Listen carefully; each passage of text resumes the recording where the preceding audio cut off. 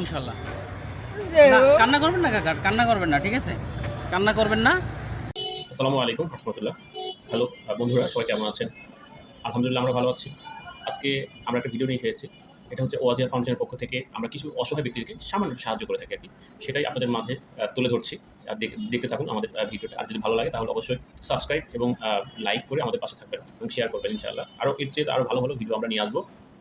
কাকা, আজকে হচ্ছে আমাদের ওজিয়া ফাউন্ডেশনের মাধ্যমে আপনার জন্য এই যে ক্ষুদ্র গিফট, মানে গিফট বলতে উপঢৌকন আপনাকে একটু উপহার দেওয়া হয়েছে। আলহামদুলিল্লাহ। ঠিক আছে, আশা করি আপনি আমাদের জন্য দোয়া করবেন, ওজিয়া ফাউন্ডেশনের জন্য দোয়া করবেন আলহামদুলিল্লাহ। ইনশাল্লাহ। কান্না করবেন না কাকা, কান্না করবেন না, ঠিক আছে? কান্না করবেন না, টোটালি কান্না করবেন না। আমার এই বয়সে এই রিক্সা চালাতে হয়, আমার নিমর বলে কষ্ট। ছেলে আছে আমার ছেলে বলে দেন একবেলা রিক্সা না চালালে ভাত খেতে পারি না, থাক। অনেক কষ্ট। এমন কোনো লোক নাই যে আমার এই করবো, একটা অটো কিনে দিলে আমি চলতে পারি। যাই হোক, আপনি আমাদের জন্য দোয়া করেন, আমাদের জন্য সেই সমর্থ হয় যেন আপনার মতো যারা আছে তাদেরকে যেন আমরা অটো কিনে দিতে পারি। ভাড়া কত দিব কাকা আপনার?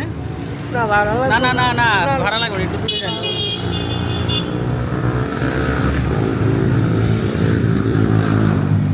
এই রিক্সা ওনার টান দিয়ে ইচ্ছা করে না, আর লোক ওঠে না গাড়ির মধ্যে। আচ্ছা, আপনাদের তো এই সমস্যাটা মনে হয় সবচেয়ে বেশি, না? জি, হ্যাঁ, সারাদিন 200-250 টাকা ভাড়া মারা যায় না পায়ে রিক্সা যায়।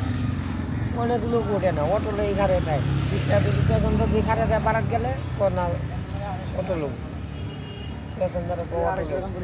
অনেক মানুষ আপনারে আমাদের যদি শুধু এই দোয়াটুকু করেন যেন আমরা এই যারা চালাইতে পারে না তাদের যেন অটো কিনে দেওয়ার মতো সামর্থ্য আল্লাহ তাআলা আমাদের দেয়, ঠিক আছে?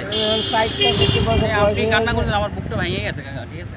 60-65 বছর বয়সী যখন মনে মানে ভাত খাইতে হয়, এটাই কষ্ট। আপনি আল্লাহর কাছে দোয়া করেন যেন আবার যে কোনো একদিন যেন আপনার সামনে আমি চলে আসি, আর সেই দিন যেন আপনার জন্য হয়তো বড় কিছু নিয়ে আসতে পারি।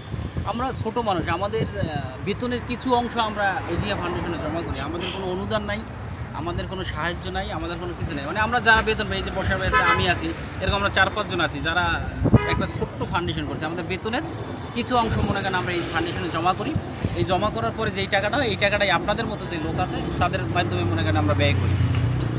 মানে প্রাপ্য যে লোকগুলা। আর বিশেষত দর্শকদের জন্য আমার একটা অনুরোধ থাকবে, আপনার পাশে যে গরিব লোক আছে তাদের চোখের পানি পড়তে দিয়েন না, তাতে আল্লাহ তাআলা নারাজ হবে। আপনার মুসলমান হিসাবে আপনাদের কিছু হক আছে, যে হকগুলো আপনি পরিপূর্ণভাবে পালন করেন।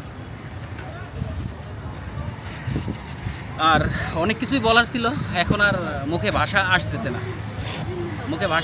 না। কাকার চোখের পানি দিকে আর কি নিজেই খারাপ অবস্থায় চলে গেছি। যাই হোক কাকা, আমি আপনাকে ওষুধ কিনে দিতে পারি নাই, এর জন্য আন্তরিকভাবে সরি।